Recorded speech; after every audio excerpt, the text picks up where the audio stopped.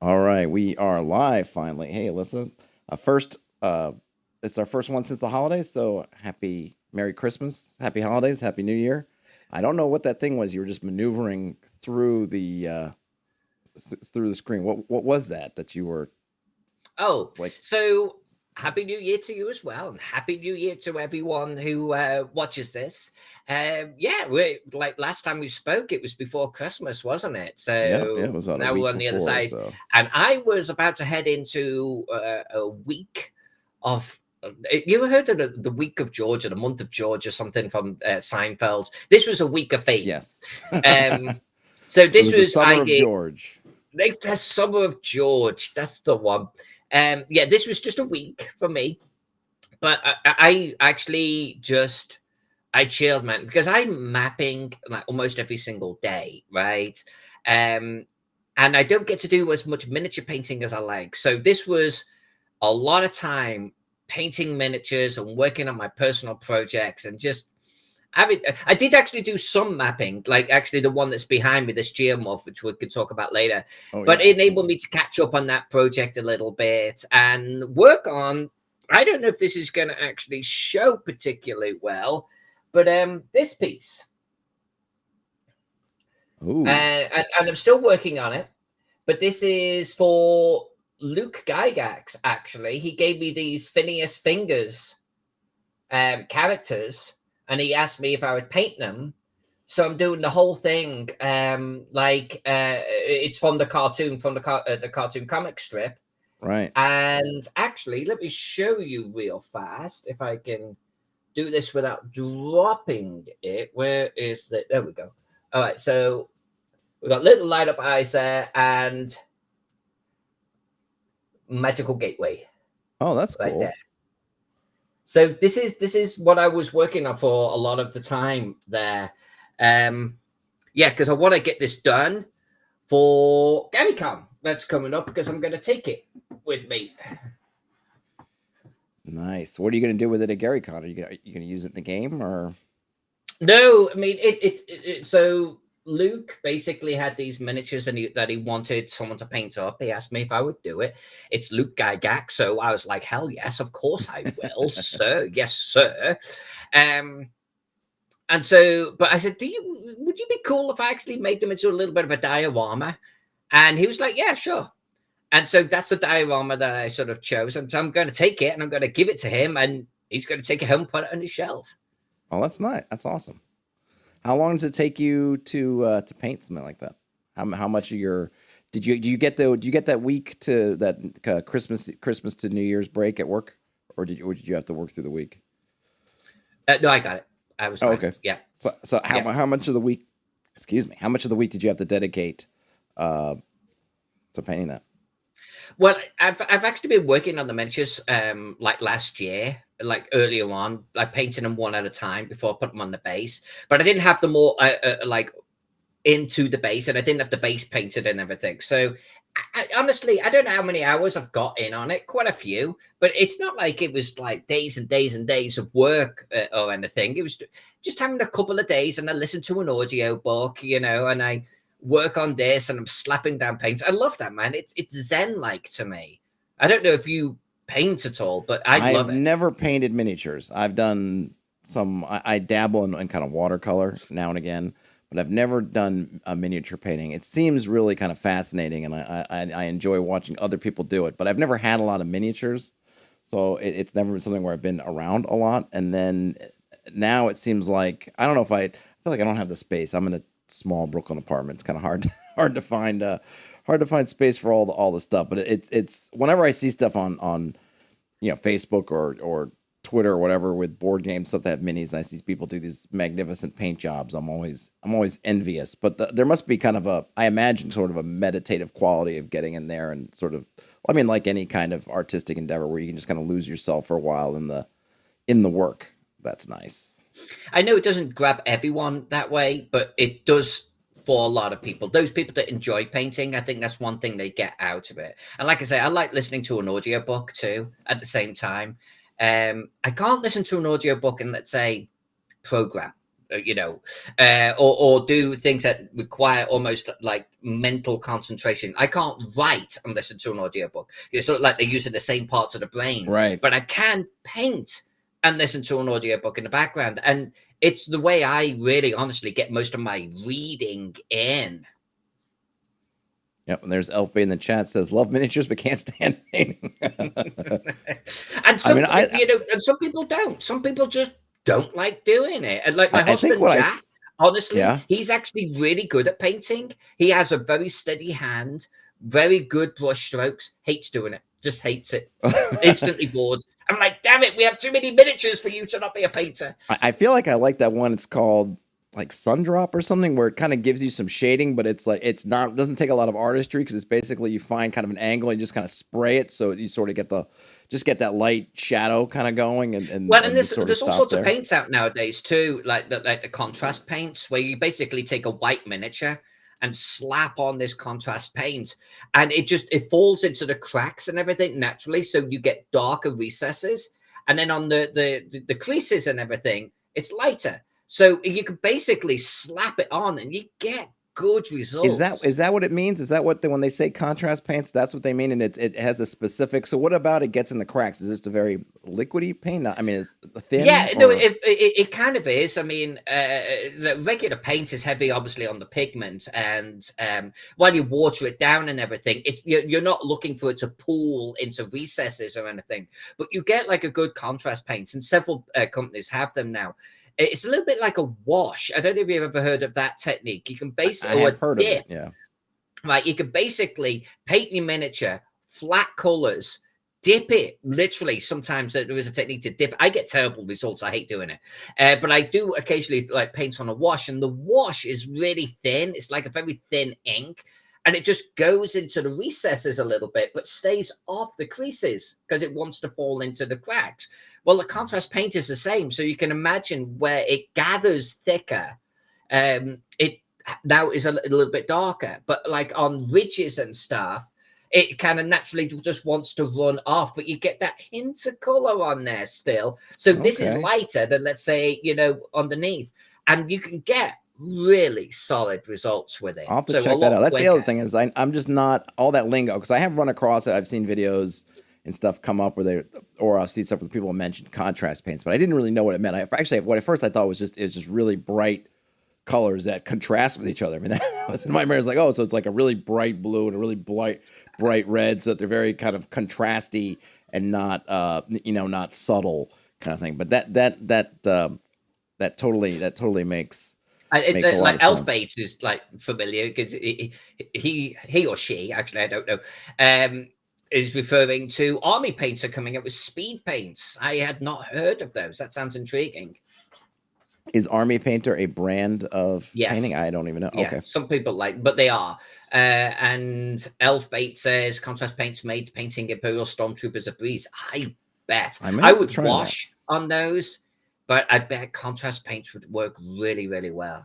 I don't have very many miniatures. Actually, that's not true. I always think of myself as not having many miniatures, but actually I have, as my board game collection has grown, I have a bunch of miniatures. I just don't usually think of them, because I think of miniatures in terms of D&D as like, I still think of kind of like the lead and kind of metal miniatures, and maybe some of the newer ones that are plastic. But I think of like, I got tons of plastic minis from different games. I've just never painted them before. Okay, so speed paints is the Army Painter version of contrast paints. I got it.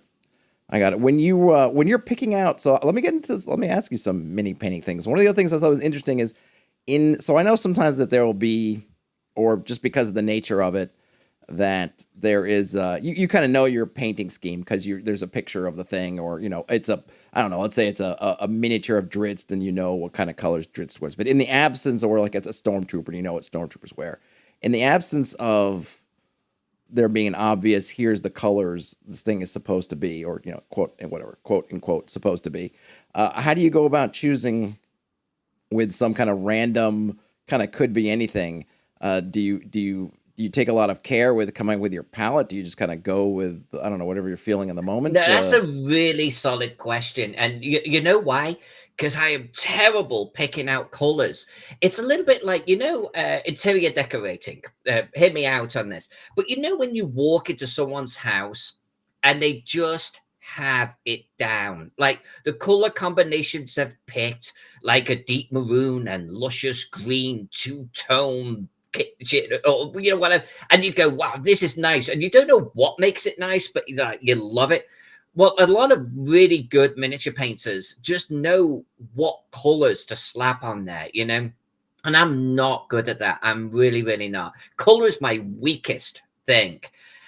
So a lot of the time I'm looking for inspiration out there, and it could be on a completely different miniature. Like one time, I know that things like blue and yellow contrast nicely, but they and I know the theory of color combinations. I've got a color wheel, so where you could actually sort of understand what colors you should be combining, on a piece. But if I'm looking at a bare piece that I've got no history for or no reference for, like, something from Reaper, for example, maybe it's a woman in armor with a sword, a flowing cape.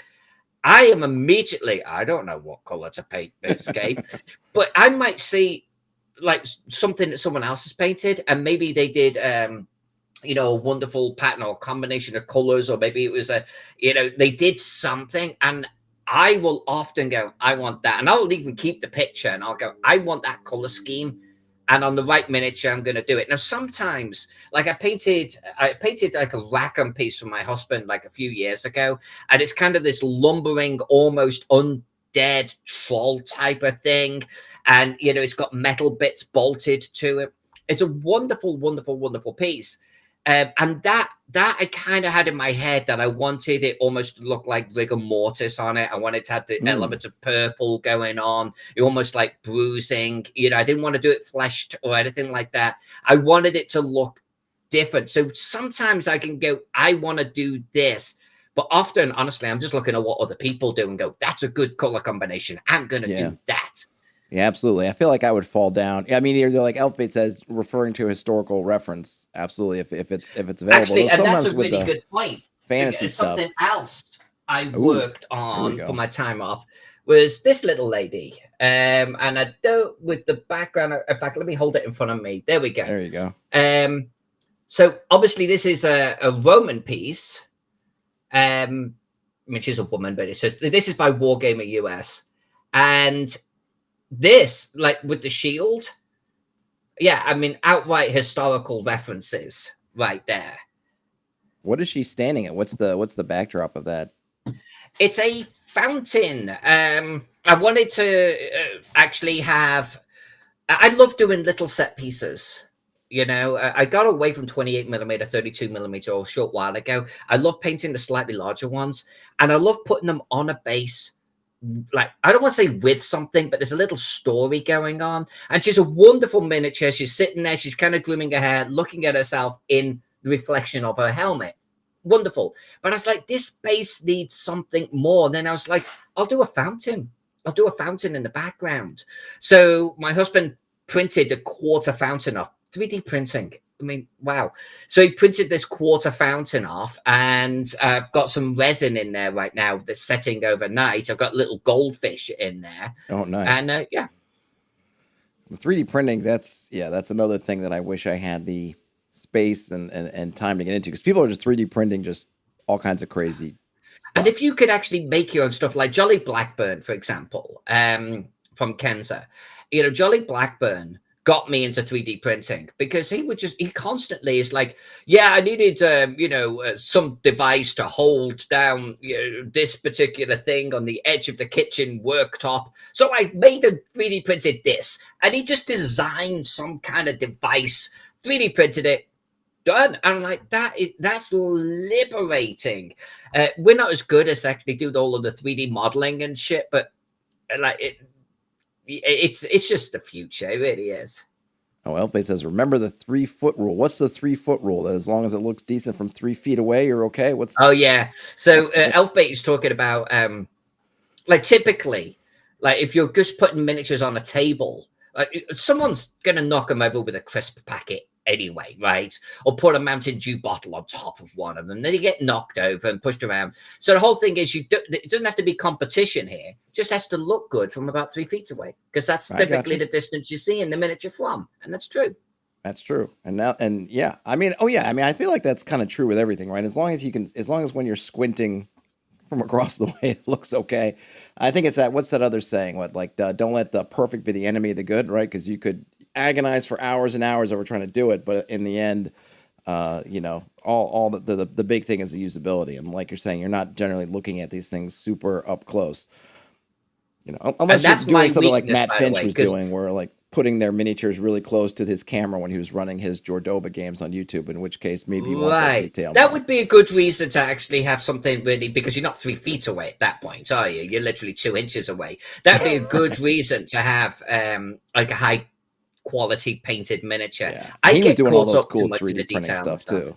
What's that? Yeah. He was doing all that cool 3D printing, because he was 3D printing all of like the elements of the dungeon around the party, and then placing like, I guess, a webcam or something down there for like the party eye view. I mean, it was really cool stuff on the YouTube. I was thinking, like, boy, that's just a lot to maintain. And maybe if you have a house where you can just keep stacks of 3D printed corridor bits and this or that, that's awesome. But that's actually the reason why I have not got into it.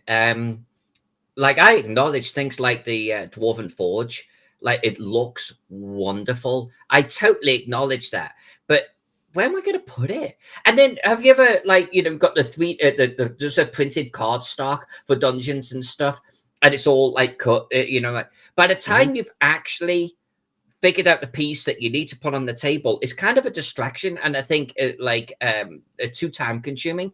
I can't even imagine trying to do that with something like 3D terrain. So now you have to set up the thing ahead of time. Well, I don't want to do that. I don't. Yeah. Want plus, like, the whole thing is, what if the party doesn't go there? Like, oh look, there's this temple on a hill, and I've got my whole house set up for now this temple on the hill, and then the party goes, yeah, I don't think we're going to go to that temple on the hill today. It's like, all right. What I can see it for conventions and set pieces, and this is what we're doing, type of deal. When you've got some control, but otherwise, and honestly, I kind of like changing things on the fly as well. I want to have that freedom, just to change something. So I don't know. I mean, they're great visuals. Yeah, look, they're amazing and wonderful. And I've never played on one. I mean, I played with minis, but we were just playing on one of those Chessex white erase or wet erase. Right. Yeah, things, that's what we use. Yeah.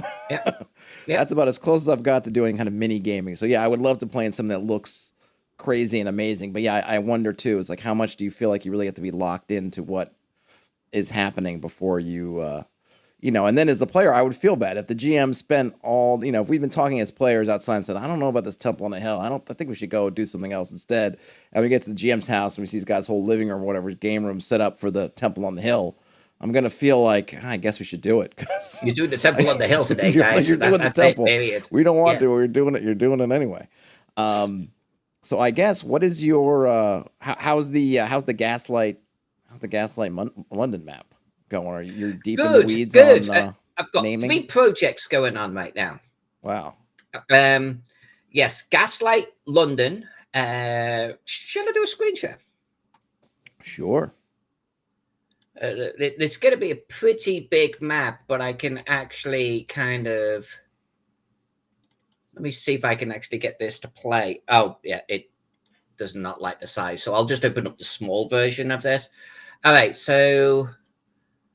Let me know when I can switch. Gaslight London. Is this the screen share? Yeah, okay. So I am going to share us, but I'm going to open this. So can you see this? I can. Yeah, there we go. So this is Gaslight London. Wow. I found out actually today that I'm drawing this thing 80 inches across. Don't ask me why. I don't know why. And 400 DPI. It's ridiculous. But what I've done is I've started adding all of the labels to the streets. I don't think you had that color last time I saw it. I think you might have had the blue Thames, but I'm not sure. I feel like it's so I've added the color to the buildings. And you'll see I've got this little bit of sort of weathering almost on it. I got this from an actual historical map from the period, and they had kind of like this grey hatch going on. I didn't like grey; it makes the whole map to black and white.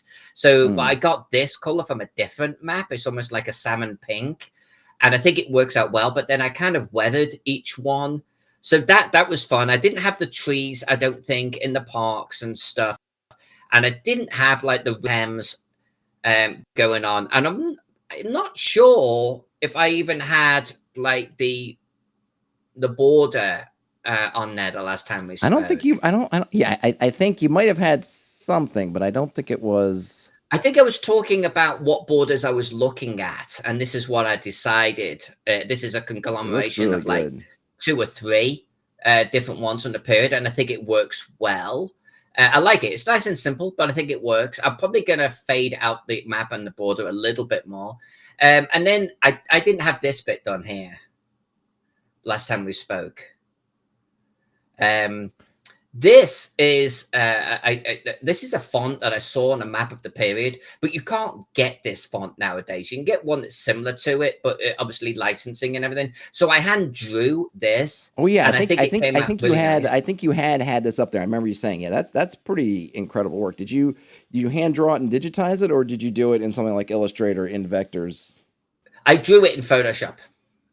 Oh, you did. So I probably picked the worst path of all, but yeah, I did it in Photoshop. It should have been Illustrator. Illustrator would have been a much better way of handling it, but I didn't because I don't know. And then this type of approach, the way that they used to do things on those. So I'm gonna maybe have to go through this map, marking the boarding schools and county courts and police courts. But I'm gonna have to go through the map, adding these on as well. In fact, I don't even have tramways on and omnibus routes, so I'm not quite sure why I did this, but we'll find out. You just like to create more work for yourself, because now you're going to have to go through and find the tramways and omnibus routes. This, by the way, this line is taken from a map from the period, divided into half-mile squares and circles, and I love this concept. And yeah, it's like these circles are like half-mile from each other, and the squares are half-mile, and I just love that whole concept. Yeah, that's really neat. What is an omnibus? Would that be? I think it's like a bus route. I think it's a bus route. But did they have? So what? This is 1880s, right? So there wasn't any. This wasn't a. 1890s. This wasn't your 1890s. Right. So this was not your ye old double decker bus running around. So I'm curious. Like, what would that? What would an omnibus? What would an omnibus be? Just everyone getting on a wagon and going. I don't even know. Elfbait says omnibus is just the original word for bus, which I appreciate that. But Elfbait, I'm curious. Maybe you know. In the absence of before automobile travel, what did one of these buses look like? Because I can picture, a bus, but then I'm thinking, I don't know that I've seen something. Was it like a carriage? I would be curious as well. I'm looking over here on July 4th, 1829. 1829. George Shillibeer began the first city's omnibus service. So 1829. All right. I'm going to have to... Copying the idea from Paris, apparently. Oh. It could carry 22 people and was pulled by a team of 3 horses. Wow. So big bloody cart. Yeah. Yeah. Oh, wait. Maybe there's a picture. Hold on. I think I found a picture. I don't know if there's a way to... let me see if there's a way to share the picture, because it does look like a big, kind of like what I think of kind of sort of those... I mean, I think of in like watching... like Jack the Ripper stories when they're talking about like the carriage, but just a bigger carriage, but pretty cool. Oh, it says they look like a bus and a wagon. The pictures like a big carriage where like 20 people can ride, drawn by horses, and I've seen them in other old photographs. So I bet it was something like that. Yeah, I actually found one. Let me see if I can find a way to. Hold on a second, see if there's a way to share something. Can I add a picture? I just want to add a picture, local video. No, I don't want to do that. Let me see. Let's see. Here we go. I'm gonna share a screen. Microsoft Edge tab. There we go. Can you see that? Well, I don't. Oh, hold on a minute. There we Ah, go. look at Look at all the that. people jammed on that thing. So, who did you have to pay extra to get to sit inside? I wonder how that worked. That's kind of like if the first Yeah, class out of the compartment. rain. Well, That's that's really pretty cool. wild. And look I at the hope. steps on the back of the thing too. Yeah, I'm hoping that they, having put this in the map, that there's some kind of mechanism or something for it in the game, or some like maybe they can have like another little handout or something, a leaflet with the whatever the schedule is for these omnibus rides and whether you're inside or outside. It seems like a really great thing. I would never have even occurred to me to put this kind of wagon or thing in there. I would have thought just those carriages, because you only see in the movies and stuff, you only see them as kind of single person carriage, right? The man or woman or whatever, small whatever, get in the carriage and go. You don't see that there could be a carriage with 30 people on it making its way down the street. Pretty impressive stuff. So what's next for the Gaslight map? Or you still have just tons More and tons of. labels, and apparently I've got schools and stuff to do. So just more labels, which is why I don't share too much of it nowadays, because it is I want to say the dry, non-creative part of the process that I'm in. But I'm also working on the GaryCon Oh yeah, program the map. now this one. Let me see if I can remember. This is the one that, right. It's both. It's kind of a fantasy map, but it's also a map of the convention itself. Correct. It's kind of like that Yes. duel, and you're going to be using that, or someone's going to be using it part of a game also, right? There's going to be kind of an adventure that takes Right. place. So this year, the theme is actually called the Cthulhu. Nice, right up your alley. Right. And Skeeter Green has written a scenario for it. And the scenario is based at the actual hotel itself, at the lodge.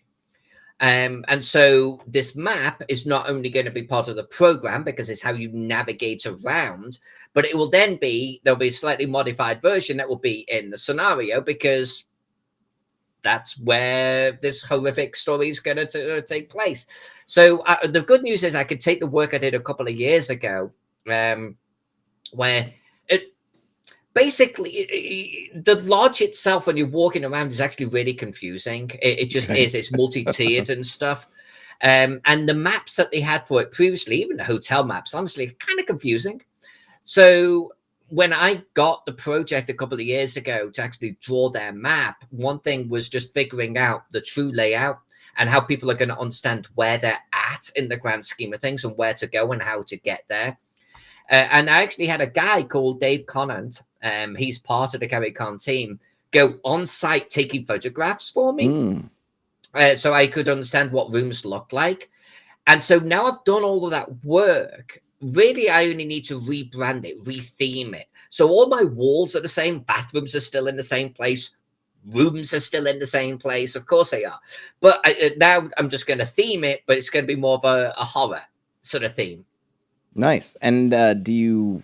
I don't know if it's a spoiler or not, but is this going to be? Is it playing like modern Cthulhu, or are you going to sort of take it back in time? Is it supposed to be kind of a classic Call Cthulhu? What era of Cthulhu is the adventure taking place in?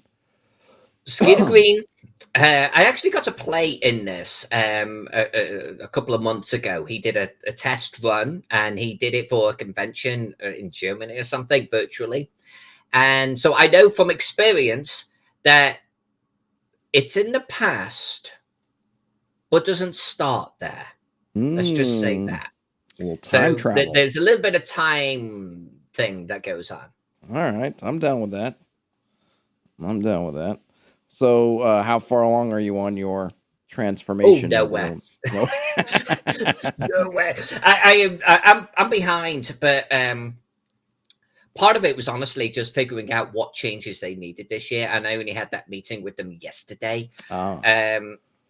So Is this meaning I'm like where definitely- booths are and kind of what they're using different spaces for this year? There's a level of that, yeah, because some large rooms can have internal dividing walls that can actually be moved. Is that type of thing? 2 years ago, no, this is when GaryCon got cancelled for the first time ever because of COVID, Right. so it never got used, sadly. but they were going to do a ski lodge gaming, and there's another area, ski chalet, timber lodge, or something like. So there's 2 outbuildings where they were also going to be. So I needed to know what are the changes I need to do, what's moving, are we using these locations again? Now I've got that information. This weekend I'm going to tear into it. By the time you and I next meet, it will be done. Oh, nice. You have your color scheme yet? You going? Have you been given? I think so. So get this. I'm gonna actually copy Scooby Doo. If you look at Scooby Doo, like wallpapers, there's always like the spooky mansion or the spooky forest, right? And they're pretty heavy towards the blacks and blues and things like that in that color range. I think I'm gonna go that direction. I'm not doing Hills of Eyes stuff here. This is got to be family friendly, right? Yeah. So I think a little bit of a Scooby Doo vibe. And is it going to be that kind of same kind of bright colors though? Like the blue of it's a super bright blue, not, right? Not heavy. No, if you actually look at some screenshots that they've done, they're actually a little bit more. In fact, I could do another screen share and show you the inspiration that I am actually going to use. And yeah, okay, so I'm gonna keep that there. Then I'm gonna do a screen share again, and I'll do screen number 1 where we're at. Right. Then I'm gonna bring up this. All right, so a couple of things that I'm actually. This is a small picture, so my apologies. But see this here? Yeah. Do you see? I mean, this is that basically blacks, grays, and blues, just darker though, right? And I like that type of color scheme. Oh, look at this. So I could see me using this type of color scheme here with this on the outside grounds, kind of doing it with lots of shadows and looming trees and that type of stuff. Like lots of this type of thing in the background. Yeah, I like it. And I think when I was thinking Scooby-Doo, I do remember that, but I also think of just the very bright colors of like the Scooby-Doo gang's clothes and stuff. But yeah, you're right. The backdrops are very kind of gray and blue and black. Exactly, this type of, and I'll probably even do something like this too. I'll have some skulls on sticks or something. I kind of like this grunge sort of pattern. This for inspiration. This is not Scooby-Doo at this point, but I kind of liked the idea of that. It'll be the next reboot of Scooby-Doo, when they want to make it like realistic and dark. Yeah, so and clouds like form this sort of common theme too. So it's always twisted trees, lots of silhouette, moonlight. Like get some mist going on. Here's even more mist right here, and even more. Get some maybe bats or something. I'm definitely going to do some kind of moon. Some bats. Ooh, I like that one. You got it, right? Kind of green. What this here? Yeah. What's that from? That's not from Scooby-Doo, is it? It looks like no. I don't know where I got this from because I ended up just sort of looking for. Oh, it's got that Northern Lights in the background. I like that one. That one's got a nice. This is good, isn't it? Yeah. Because it's kind of subtle, but then you look closer, you're like, oh, it's the Northern Lights. It's like, yeah. Imagine this as kind of just a general sort of background there. Then you start doing the details of the trees and things like that. It'd be kind of fun, I think. Mist and trees. And then back to sort of the blue type of stuff. The only reason why I got this one, I was like, it'd be kind of cool to have some lightning bolts. But I kind of like, and the mist, but I kind of like what you were talking about with the Northern Lights. That would be better, I think. But yeah, not so this is for Lake Geneva either. No, right? No, exactly. Especially the lodge is not unlike this. I think it'd be thematic. It'd be kind of cool. Absolutely. So, what's the third thing? So you said you got two. So you covered 2 of your 3 things. Well, then there's the geomorph that I've got behind me here, which is for Inkwell Ideas, and I'm working on the last set. There's 27 maps for them in all. Right. These are for their geomorphs, right? So the new set of dungeon geomorphs.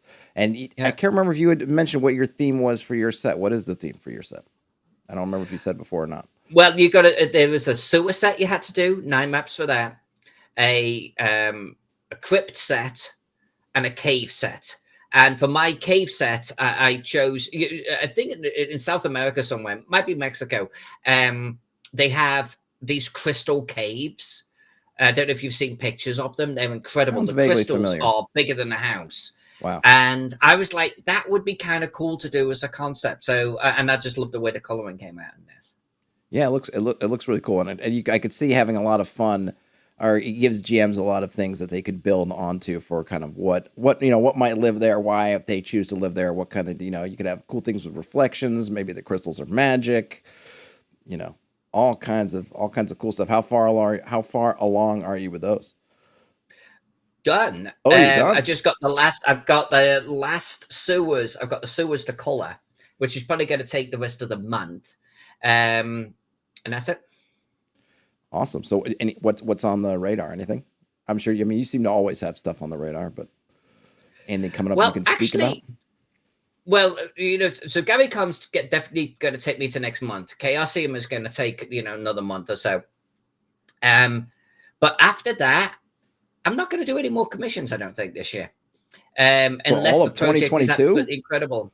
I am actually going to work on city maps. I'm going to work on period city maps. I'm going to draw New York. I'm going to draw Cairo. I'm going to draw Shanghai. I'm going to draw these maps like Wow. in that style because I loved doing it and I think that it's creating great results. Well, if you need any photography of New York, let me know because I'm here, so I can go. I can go take some images. So, what do you plan to do with them? I mean, you just gonna do them for printing? Just are they going to be kind of related to particular games? Are they just kind of standalone? Because I know there's that guy Well, Lord of the Maps that just does kind of maps of stuff, and then you could just buy them, and that's it. They're not for particular games. It's just kind of like here's a pretty map. Well, I think definitely I'm always going to have them available for purchase. Yes. I mean, these are maps that are going to look wonderful, let's say on canvas, without a doubt. But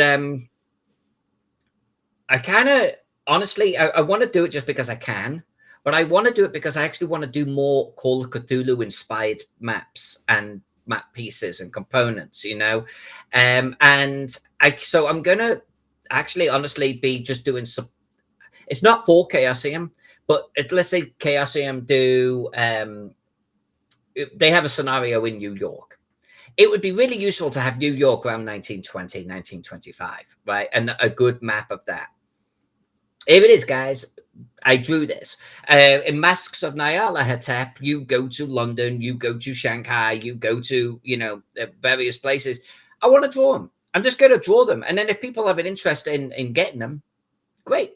But So I've loved the experience. it sounds like that Gaslight London kind of got you hooked Oh, yeah. on doing those sorts of maps. It's a completely different style than what I normally do. And I actually love the historical aspect of it. Like having to look up what it looked like at the time, referencing old maps and stuff, being inspired by how they drew things back then. I've really dug that part of it. Oh man, that sounds awesome. So you feel like New York is for sure number one? That's going to be your next one? Or are you still figuring it out? Maybe New York or Cairo, one of those. I bet you Cairo would be really cool.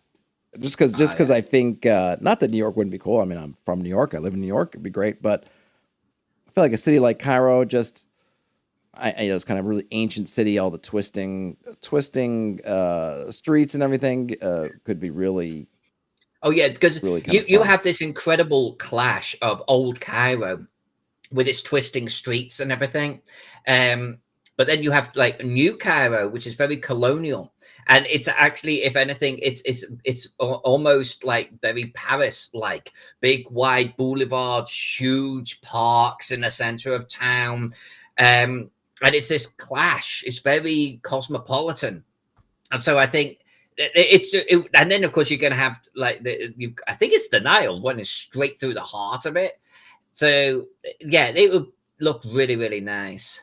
Speaking of Cairo, is your Call Cthulhu crew still in Cairo? Have you gotten to play since? Did you guys take a We break? we took a little break over the holidays, but we did play actually this last Saturday, Oh, and the next time they play might be the last session in Cairo. They are about to fight the BBEG, the big bad evil guy of Cairo, not overall, but of the Cairo of the area. Cairo Okay. chapter. Yeah, Is it, they're are going they in, so well they've been positioned? planning. What's that?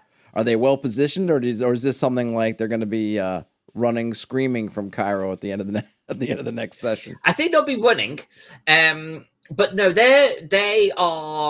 they're a smart group of players. They've been playing very cautiously, always scoping out things, understanding what they're about to get into. And that's how you play Call of Cthulhu. Otherwise, you're basically going in with a Tommy gun and you don't know what you're facing.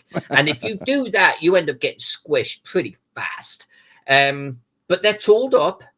They're ready to rock and roll. They actually went, I don't want to do any spoilers, but they went into a certain location ahead of time to scout it and saw a creature that is huge. Oh, And they realized that it would smush them. So they've crept out.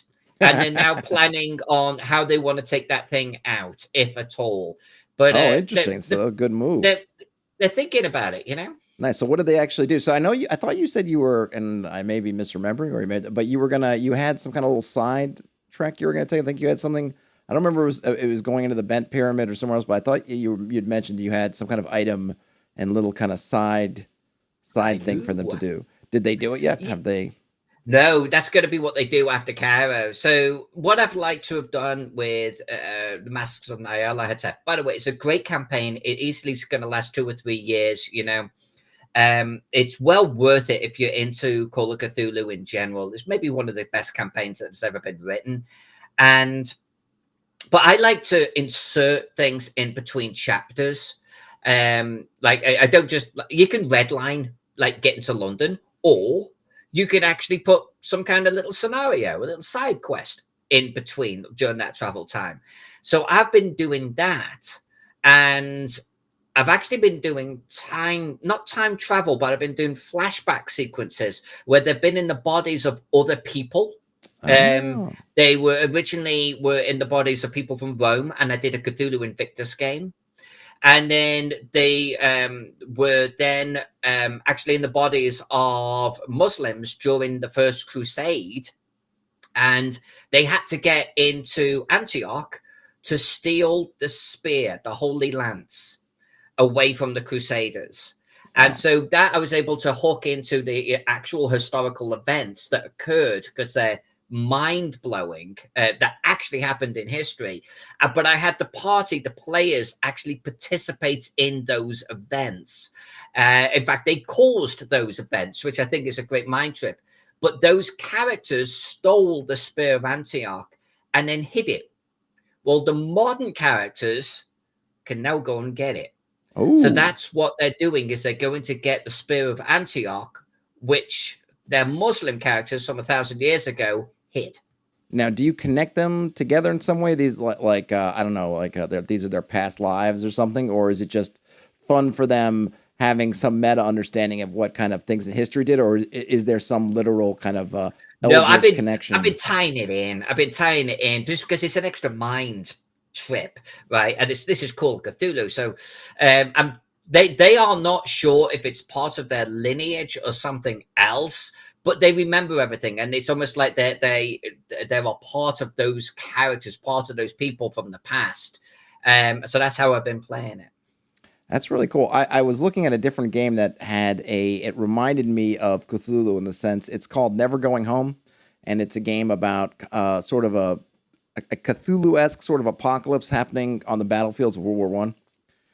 Really kind of fascinating. And they have a Roman version as well, essentially, with it happening. I don't remember exactly during what events in ancient Rome's history, but it made me think of you because I was thinking that I know you'd played these games. What was it like, the ancient Rome when you had them doing the Rome Invictus? How do they adjust the core rules for playing in ancient Rome? How do they play much with the mythology, or how do they integrate that with the Cthulhu verse that we're most mythology definitely plays a part. The wonderful thing about Call of Cthulhu, or that D100 system that they've got, is it's pretty flexible to be able to do anything with. I mean, RuneQuest, their sort of fantasy equivalent, uses a very similar rule set. And that's what I think I like about Call of Cthulhu, is you can do modern, you can do Dark Ages, you could do medieval, you can do Rome, and it's all at its core the same rules, and it works in exactly the same way. The character sheets look very similar. There are some skill changes. There's no computer, for example, that you have in the modern. And they'll change some things, like credit rating is changed to a different type of skill, but it effectively still means how affluent and you are. So there's a couple of skill changes to tie them into the period. And of course, the weaponry is very different, which means now you've got shield as part of it, and armor is now part of the rule set, that, you know, knowing what armor does in combat. But aside from that, most of these different periods, honestly, are like source books. They'll hit the rule changes to accommodate for the period, but then it's really about the period. They'll talk about the history of the period. They'll talk about like maybe the secret cults of the period. And they'll talk then about any special creatures that you've got in that period. And yes, the Roman one definitely taps into the mythos and the likes of the Nice. era. So from a GM and a player perspective, there's not very much. It's pretty easy to jump in. Like, so when your players, they've been playing Modern Cthulhu, and then you're going to have this interlude when they're playing Invictus. You just give them a character sheet that looks a little bit different. You can point out the differences on it within minutes. It's the same game after that. Wow. Do you have a favorite? Do you prefer the modern period, or do you prefer one of the older ones? I'm a real sucker for the 1920s. In fact, and around that period, I mean, if I had to rank them, 1920s, the 1890s, like that Gaslight period, because I think it's familiar enough where everyone can get into it, but it's distant enough where it's still history and technology is still very, very different. I don't like the modern period as much because I'm not a fan of someone being able to grab their phone, you know, and it does change a lot of stuff. A lot of things for me. It's less. I mean, you can do it, and I know that there's plenty of writers that love the modern period a huge amount. I'm just not in them. And then Invictus is definitely in there. Then I feel like with the modern stuff, and it's not even just games; it's kind of everything, right? You end up having to. I mean, one, it can spur you on to be very creative, but at the same time, you can end up doing things that seem kind of ham-handed. Like if I was playing in a modern game, and every time I turned around, my cell phone didn't work for some reason, I'd be like, okay. You know, there's that point where, you know, it's like, oh, no, the car is broken down again for the 800th time. It's like, all right, like, you know, obviously they don't have a reason for the cell phone not to be able to get me when I want. So they're just going to say, nope, you lost signal. And I don't even want to say it's lazy, but when you start relying on those kinds of crutches a lot, I feel like that's where the frustration comes in. Because as a player, you feel like, listen, it's a tool, and you're just taking that tool away from me constantly. Whereas if you're playing in the 20s, it doesn't exist. You don't have to worry about, well, why can't they just Google it, you know, from outside the building, or, you know, why aren't they all emailing each other from across the world? It's, well, you know, they can't. Well, exactly. One thing I love about the 20s or the 1890s is it's a little bit like a time machine. You can literally find plenty of photographs, etc., from the period. We'll have lots of knowledge of the period, like that, but it is very, very different. So you could sit there as a GM describing something and then say, "This actually happened, by the way," and players are like, "Really, really?" And it's different. It's way more immersive almost because of it. I like the ancient period, like Roman was saying, because it is super low tech. Right, you know, by modern day standards. So from that perspective, I want, you know, this is a little bit like BattleTech in a way. And hear me out, Mech Warrior. I like the period when they were still salvaging mechs and repairing them and jury rigging them together. It was all low tech. They didn't have guided missiles and everything. The minute the clans came into the inner sphere and suddenly it's super high tech and everything, I kind of started to lose interest in it. Well, it's the same for me in Call of Cthulhu. I want the players to have a certain technology desperation. I want them to have to kind of like hit the streets to find out information. I kind of want that. I want that barrier almost to how they're interacting with the world. I want them, when they see a deep one, not to be able to pull out, like, you know, some modern day firearms and blast the thing in half. I want them to have to pull out a gladius and go toe to toe with the thing. You know, it feels different and it's grittier. It's real. Do they, if you've read or played in some of the modern stuff, what kind of things do the modern adventures do to preserve that scarcity of information? Is it simply that just stuff is unknown, or I don't know, you got to get in the right forms? Like how do they tend to address it in the official stuff if you've come across I've it? not played that much official stuff, to be honest with you. I played in a few scenarios that have been modern, um, but then it's been a remote Siberian outpost, or it's been deep underground. Where your cell Um, phones can't get a signal. and your cell phones don't work. Yeah, Yeah. or the mystery. One thing I love about Call of Cthulhu is the discovery phase. You have this phase of, something's going on, whatever it is, right? But then it quickly moves into, let's figure out what's happening here. That investigating, that's to me what is pivotal with Call of Cthulhu. And the modern games that I've experienced have not had that investigative stage like too deeply. I want you to have to go to the library and pull out an old book or an old scroll, and it's got something written on it, and everyone gets it there and goes, wait, what does that say?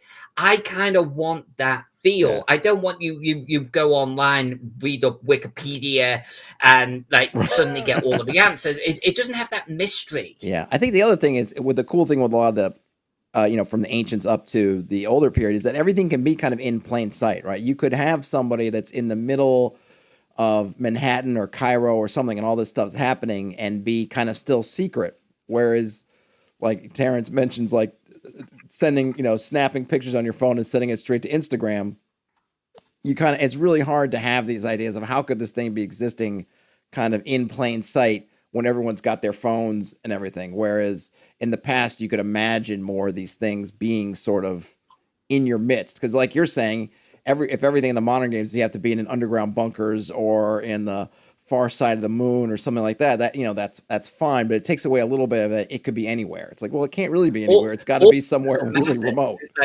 It's like one of these, like there is nothing to research, or Right. or it's irrelevant, so it doesn't really change anything.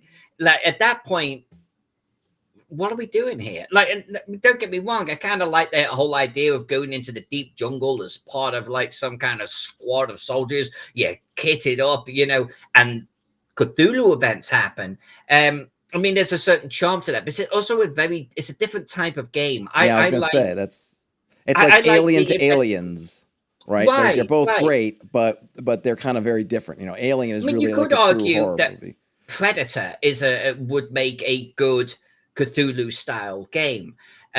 You've got this thing in the jungle that can go invisible, so to speak. You've got this crack team of dudes with guns, and they're getting off one by one, and they've got to figure what's happening and do something about it. But it's also it's an action game at this point, Yeah, right? totally. It has It's some horror different, elements, different but the vibe. horror is a little bit different. They actually did a really good, I wouldn't say really good, but there was that movie Predators that came out it's a while ago now. It's not at all new. And I think I dismissed it when it came out because I was like, it doesn't seem kind of cheesy, but actually it was kind of cool. And it would make, I don't know what system I'd like to run it with, but it would make a fun game because basically what it was a bunch of humans just find themselves essentially like they've been knocked unconscious somewhere, and they wake up and they're essentially parachuting down onto an alien planet, and they don't know anything, and they're all from kind of different walks of life. There's like military, there's like a yakuza, there's and they're kind of all, for the most part, are all sort of they're kind of warrior types. Like they're kind of putting it together, like and kind of like, what are they doing here? And of course, predators are involved. But I thought, like, with any kind of system, it seems like Call of Cthulhu would work well for it, is because you have these different people who are using different things. The Yakuza guys, his thing is he finds one of his, katanas, and so he's got kind of this katana that he's using. And of course, you've got kind of like a heavy machine gun guy, and you have someone else that's using this or that, and they all have all these kind of different skills. They're not really mismatched, but of course, they try to come together as a group and figure out what's happening. And it actually is a pretty fun movie, but it certainly makes for something that you could see in the right hands being kind of a I really think I'm going to fun add this to my adventure. game. Yeah, I think I'm going to I add think it it. would be great. I'm sure you could take it if you wanted to run it kind of more Cthulhu-esque. You could certainly reposition it and be like cultists have, you wake up in some weird spot, and you know, because you get some nice reveals, even though to the audience it's kind of fairly obvious. I'm assuming if you came to the theater, you bought tickets to buy Predators. When when you see these guys and they're parachuting down to a clearly alien planet, it's like audience, you kind of get immediately what's happening, even if the characters are kind of, it takes them that first half an hour where they're like, oh, we're not, where are we, and what are we doing here? Of course, but it's just a lot of fun. It would definitely make for a really fun scenario. I think they even left room at the end, some kind of cliffhangery thing, but I guess it didn't do well enough to do a sequel of any sorts, which is maybe a shame. But yeah, I mean, I get what you're saying. It definitely makes it kind of a different kind of game. It's not bad or better or worse. It's just you're not really in that same kind of element anymore. Do they? When you're in dealing with kind of the ancients or with the medieval, are things basically like weapons and damage from swords and everything is essentially the same, or is it harder to hit things because you don't have shotguns and like is the ability of the players to strike back to the degree that they can against creatures in the ancient world, is it reduced because they're using swords instead of guns, or do they kind of keep it relatively It's the definitely same? reduced because I mean you can't whop out a stick of dynamite, right, or throw a grenade or something like that. So Well, it's maybe the holy hand definitely grenade of Antioch, if they can get their hands on it, they might be able to. but yeah, but I mean they, swords, spears, they're capable of doing damage. One thing I like about it though is you then having a creature that is immune to like your sword. You can't penetrate its hide. I like that aspect, which then means spells such as Bless Blade suddenly is a whole lot more useful. It has a nice little sort of vibe to it, but they're capable of fighting. They are capable of doing that type of thing. I mean, it seems like you never really want to fight unless it's maybe the end and you've got as much gear and equipment as you possibly can. I was just curious if they kept, the health of the bad guys the same and just reduced the damage, or if they just went with it's all kind of relatively similar. Oh, Terrence says Greek fire for pest control. Well, I there could you go. see it. Greek fire, pest control for Do they sure. have Greek fire in the game? At That would the be end kind of of the fun. day, you I want to say you have to adjust your game, right, for what the party is capable of doing. And if we're talking about a party that have got a couple of gladii amongst them, a peeler or two, then maybe one of them is a Germanic warrior with a spear and he's got a damage bonus. All right, you can throw deep ones and things at them and they're going to have a ball. But if you throw like the Black Sphinx or something at them with his plus 14 d6 damage, well, yeah, they're probably going to get smushed. But the whole I mean, point it's with that called a type of thing Black is Sphinx. I feel like they should get squished. What is a Black Sphinx? Did you just throw that out there, or is this a real no, beastie? it was described originally by H.P. Lovecraft. He did something called Under the Pyramids or something like that I'll have back to in the check that day. story out. And there's this grotesque description of it, which I actually read out to the players because they saw the Black Sphinx. But it is not awesome. It's not a good thing. Um, it's meant to be kind of what the original Sphinx looked like, Okay. but I mean it's three-headed. It looks like Ooh. it's got the head of hippopotami, and they've got lashing tentacle tongues coming out that could just sweep across the ground. It is true Cthulhu horror, and it's the size of a freaking house. The Whoa. Black Sphinx, All right, I'm gonna have to look that one up. oh, you should.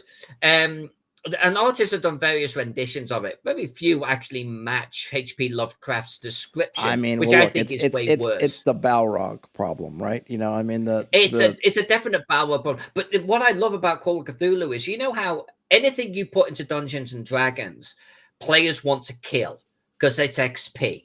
And if you put the Black Sphinx in the Dungeons and Dragons game, the party is going to fight it. Period.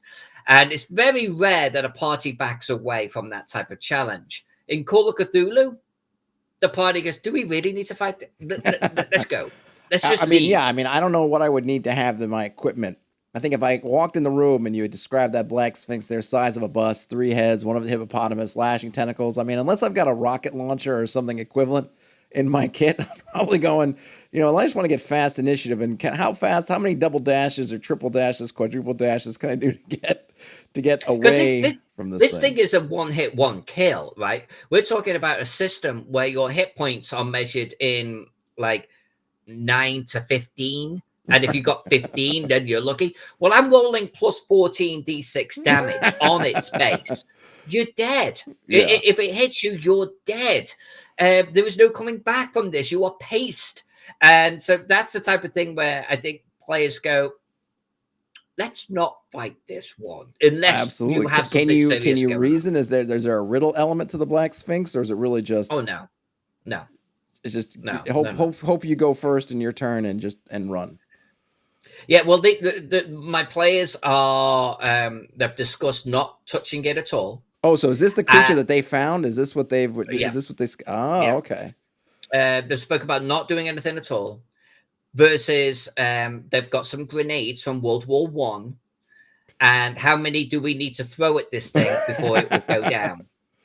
Wow. But they they're coming up with a plan, and I'm the type of GM that rewards creative thinking. You know, I'm not going to punish it because I want to see where this story goes to. It's a definite risk, but if they come up with some solid planning on this, do they need to great. kill it, or Let's is it blocking their way somewhere else, or what's the? No, it's not. It's they just want to. Well, I don't want to do any spoilers, right? But it's a guardian. Okay. So it's like, can we get in and grab the stuff before it notices us? Or are we going to have to do something? Because if we're going to have to do something, then we better be prepared for it. So they're kind of they're kind of set on getting whatever it's supposed to be guarding, and they're just wondering how the best way. Well, yeah, it happens. I hear you. I mean, you got that. Hey, look, sometimes you got to take those risks. But that Black Sphinx, I might think about: do we really need whatever is whatever it's guarding really worth it? Or how many people can we hire? That's what I love about the system, man. That's what I love about the system, because the party sat there and said, "Do we really need this? We could lose the Cairo chapter. It doesn't matter. It's not going to affect the big plan in the world." And they're right. They don't need to do this. They would just lose this chapter. The fact that they're even thinking about that, not many systems encourage that. That's true. That is very true. Well, look at that. We have passed the hour, as usual, flies by with tremendous speed. Any last things you want to share before we call it a night? No, I think we covered a lot of ground. I'm excited for our next one, because all of these little projects I've been working on are going to be finished, and I'll be able to show you finished results. Yeah, that'll be awesome. Well, thanks, Alyssa, as always, for hanging out. I will get with you as soon as I close the stream offline to talk about the next one. Everybody, thanks for hanging out. Enjoy the rest of your day, night, whenever you're watching or listening to this. Game on, and we'll talk to you later.